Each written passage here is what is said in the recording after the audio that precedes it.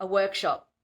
It was a workshop, and it was like 30 of us all sitting around, and the facilitator said to the group, who has something they want to have a breakthrough in? And as soon as he asked that question, I immediately felt a shot of fear just go through my body, because I knew that there was something that was very alive for me that I did want a breakthrough in. It was my fear, distrust, and avoidance of men, because that had been so alive for me, like the last week, but also my whole life. But that fear was the fear of being seen in my vulnerability. I looked at this group of 30 people and I'm like, I can't get up in front of this group of 30 people and I don't know what's going to come up and how can I be seen in my vulnerability? So it was like, the fear of the being seen in my vulnerability in that moment felt so intense that it, in that moment, was more than my desire to have this fear, avoidance, and distrust of men to be resolved. In that moment, it was so intense.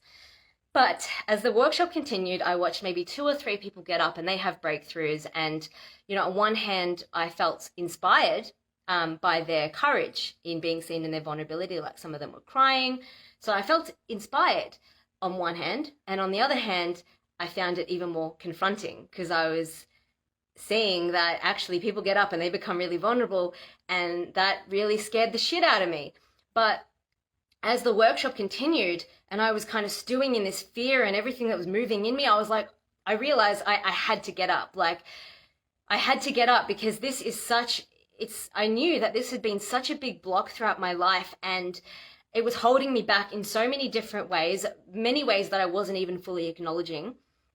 And I am fully committed to my growth, my continued evolution, leaning into my edges and doing things that make me feel uncomfortable, because I have experienced many, many times that when you fully lean into the things that make you feel uncomfortable, when you experience the most pain, the most fear, which I did in this moment, when you lean into that, on the other side of that, you will experience like life better than you could have possibly imagined, with all of the shit that you were holding on to before fully leaning into that fear. So I sat in this overwhelming fear, and then I volunteered myself to get up for this breakthrough. And I got up in front of this group of people, and my heart was racing at 100 miles an hour, and I was feeling so much fear, and I had my eyes closed, just like holding myself, you know, reminding myself that I'm safe, like calming my nervous system. And the facilitator obviously saw that I was going through a bit of an experience, so he just got everyone to take some deep breaths together so we could all drop in together, which I was so grateful for. So I did some deep breaths with the group. And then he asked me, what is it that you want to have a breakthrough in? And I opened my eyes and I looked at this group of 30 people, which maybe doesn't seem like a lot, but it's a lot when you're basically facing up with your biggest fear and you're being witnessed in that. It's so powerful to be witnessed in your vulnerability. So I opened my eyes, faced the 30 people, and I said, I have a fear, distrust, and avoidance of men that I want to have a breakthrough in. And so what the facilitator did is he instructed me to choose people from the audience to represent the parts of my psyche that this fear, distrust, and avoidance of men is made up of. So the first thing I did is I chose someone to represent the part of my psyche that fears having my freedom taken away. And I got him to stand and do this position as if he's holding me back, tying me down. And then I chose someone from the group who I thought was attractive at the festival. I got him to stand and represent my fear of being hurt and abandoned. And I got him to put his back to me and cross his shoulders as if he's like emotionally unavailable. And then I chose another guy. I got him to stand to represent my fear of sexual trauma, sexual assault, having my boundaries crossed. I got him to stand there, and I just got him to be like, just to make it a bit silly, take away the seriousness from what it was. But yeah, got him to stand there, be a bit creepy. And after that, I chose 2 people to represent my fear of getting caught in those patterns where 2 men are chasing me, and then I get pulled off center and I don't honor my boundaries, and then I get into people patterns, and then the betrayal and the cheating and the lying, and then all the disaster that has been created in my life because of those choices that I've made. Fear of that happening again. So I chose two men to stand beside each other to represent friends. And then I went back to the first guy, the guy that represents my fear of being controlled or having my freedom restricted. He's standing like this. I got him to put his hands down, be relaxed, and I said to him everything that I needed to tell the part of my psyche to feel that sense of resolution. And I just told him that I just need freedom. I need freedom to do what's true to me, to go with my flow, and feel like I'm safe to do what feels true to me at any given moment. That's what I said to him. And I got him to say back to me, I love it when you do what's true to you. And when he said that, I didn't even know that I needed to hear that. But when he said that, my body was just like, oh, like it was just like an automatic, oh, like receiving of this that I didn't even know that I needed to hear. But I actually felt like an energetic release, like something had been released from me. And then after that, the group was very touched by that, just to bring you into the immersive experience of what this was like. When my body responded in this way, everyone was like, ah! Anyway, so I had that beautiful experience with him. Stepped to the guy that represents my fear of being hurt and fear of being abandoned. And this is really interesting, right? Like, this is just how divine this whole experience was, because the moment I took a step towards the guy that represented my fear of being hurt and my fear of being seen in my vulnerability and my fear of being abandoned, at that moment, a completely random woman pulled up in a car behind him and called out his name. And then without skipping a beat, he just ran straight to her to go see what she needed. And so I was like, see what I mean? This is typical fear, this is abandonment. And everyone laughed because it was hilarious. The timing of just that woman rocking up, calling him over, him running away. At the moment I stepped towards him it was divine. So he did what he needed to do with her, and then he came back, and after a bit of a laugh because of how hilarious that timing was, then he dropped back into character, had his arms crossed back towards me, and I got him to turn around, face me, arms down, and I just communicated to him that this fear of being hurt, this fear of being abandoned, has created this fear of being seen in my vulnerability. It's closed off my heart. It's made me stop letting people in, and it's something that I want to let go of, because I want to move through life with an open heart. I want to let love in, and I want to give and receive love.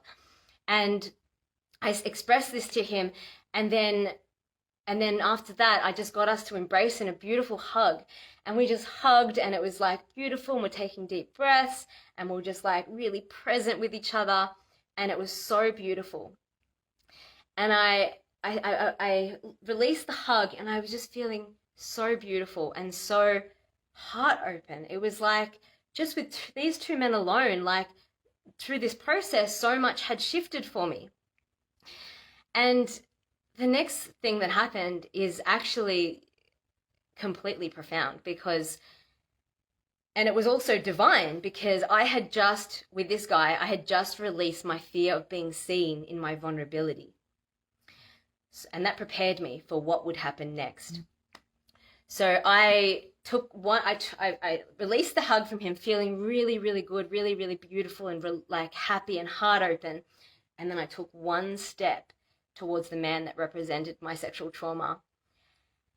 And I literally felt a tidal wave of rage that just swept through my entire body, and every cell in my body was vibrating with so much anger and rage. And I wasn't expecting this, by the way.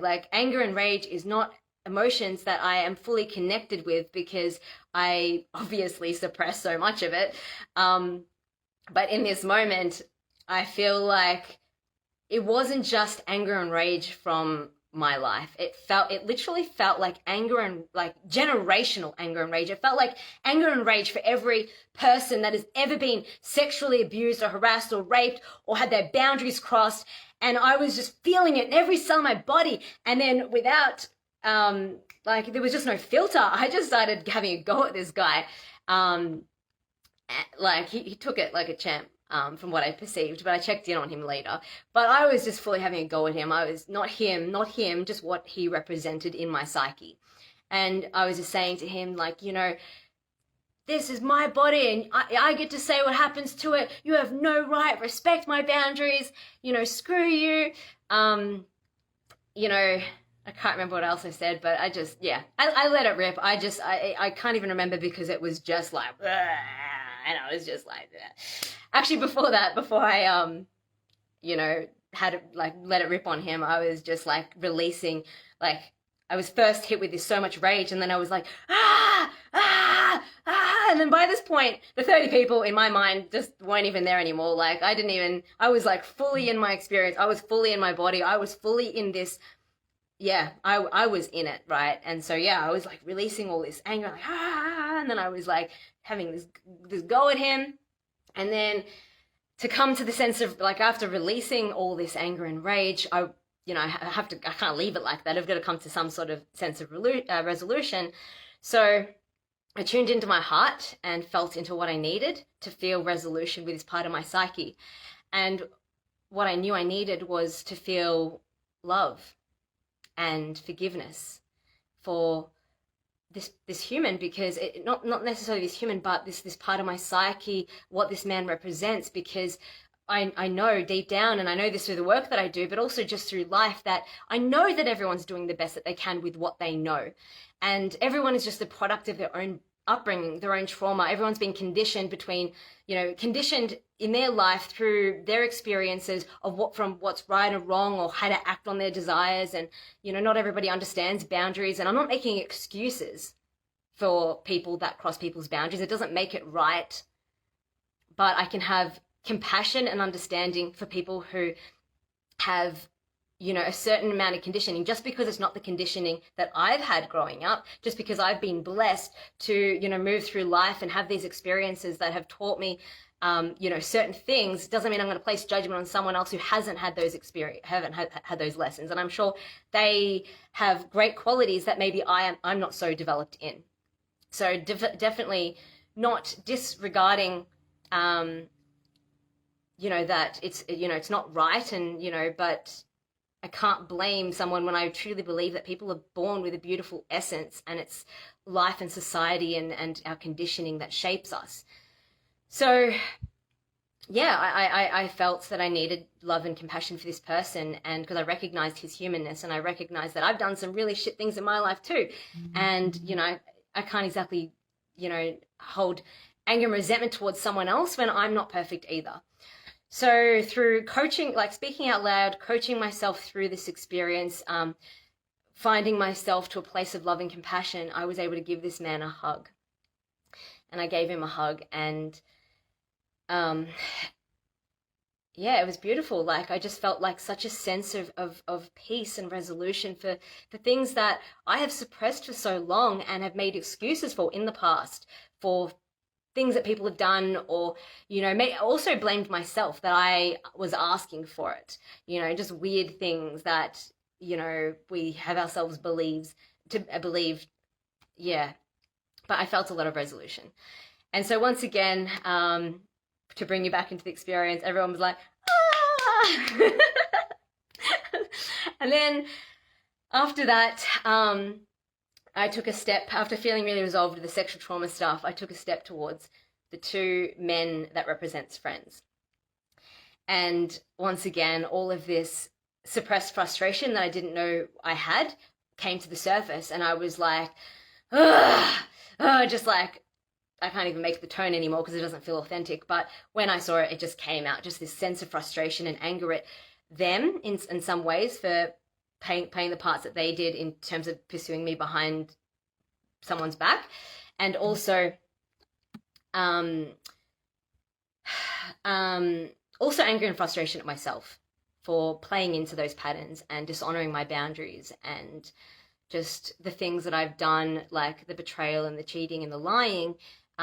Yes, granted that they were coming from a place of people pleasing, unworthiness, and all that shit, but taking full responsibility that it happened, and also grateful, really, really grateful that it happened, because I basically experienced the depths of who I'm not, so I could come into who I am with even more certainty and conviction that patterns will never repeat itself in the same way that it has again. Because I've been down that path, and that's not the path that I want. That's not the path I choose. I'm opening up to totally new possibilities, and my reality is reflecting this back at me.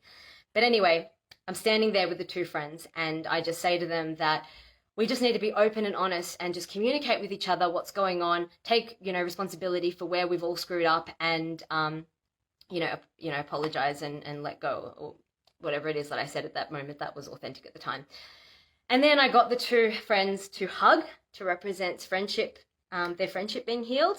And then I hugged them as well. And the three of us hugged, and representing that being a full completion healing between the three of us.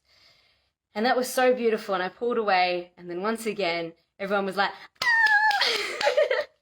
It's so funny to even think, because I just can't believe I did this in front of all these people. But I was so taken by this experience. I was so in my body. I was swept up. And then on the other side of that, I felt so open. So, like, my heart was just so open. I had felt so much love, like so much deep love and compassion for myself, for everyone. And then the facilitator opened up to the group to share what they got from my experience. And, with my heart open, I heard people's reflections back at me that just blew my mind. Like, people were sharing some really, really touching stuff about how much witnessing me in my experience, in my breakthrough, had actually created shifts within them, given them breakthrough, realizations, healing. And, it went around the circle, and all these people were sharing what they got from that experience and how much value they got from it. And I was so unbelievably touched, because it took so much courage to get up in front of that group and face my fear of vulnerability. And I felt so much fear that my heart was beating out of my chest. I felt like I was going to die. And through me leaning into that fear of vulnerability, it had created this beautiful effect on all of these people. And not only did it obviously have this profound impact on these people, which will no doubt then create a ripple effect in their life in whatever way, it had such a profound impact on me. Like, through me actually, leaning all the way into that fear and fully committing to that process and allowing myself to be taken by it, and just allow myself to really drop into the emotions and express the things that were coming out as they were coming out. I came out the other side of that a completely different person. And it was only like a week later, after this when I left this festival with this, I didn't even, just to make it clear, I didn't fully realize how much this experience had transformed me. I actually didn't realize. But then when I left that festival, I think it was maybe like 5 days, maybe even less. That's when I connected. I didn't meet him. I actually met him a couple of weeks earlier for the first time. But it wasn't until after this festival that I really saw him. Because my heart was open. My heart was open to receive and see the truth of who he truly was, the divine, beautiful, amazing being that he is, which I was ready for it. And the thing is, I would not have been ready to attract such an incredible person in my life if I hadn't have fully committed to facing up with those parts of myself that have been extremely uncomfortable and I've avoided my whole life. So I just wanted to share this story to really show people what's possible, because, a lot of us we're calling in these amazing experiences in our life, love, wealth, whatever it is. But unless we're willing to fully look at the things that are holding us back from being able to be the people that we need to be to attract those things that we truly want, then you're going to continue to be in this push and pull self-sabotage pattern like I was my entire life. And there was actually something I really wanted to say. It doesn't matter. I'm sure it'll come to me. But yeah, so I hope that this story has been inspiring for people to just, yeah, really look at their stuff. And I've got a few rituals that really helped me kind of come to this place where I was fully open to receive and be the person to attract this amazing human into my life. But if anyone's interested to actually know what those tools are, I'm happy to do a video on it. Just let me know and I'll do that. Anyway, thanks for watching, guys. I'll see you next time. Bye for now.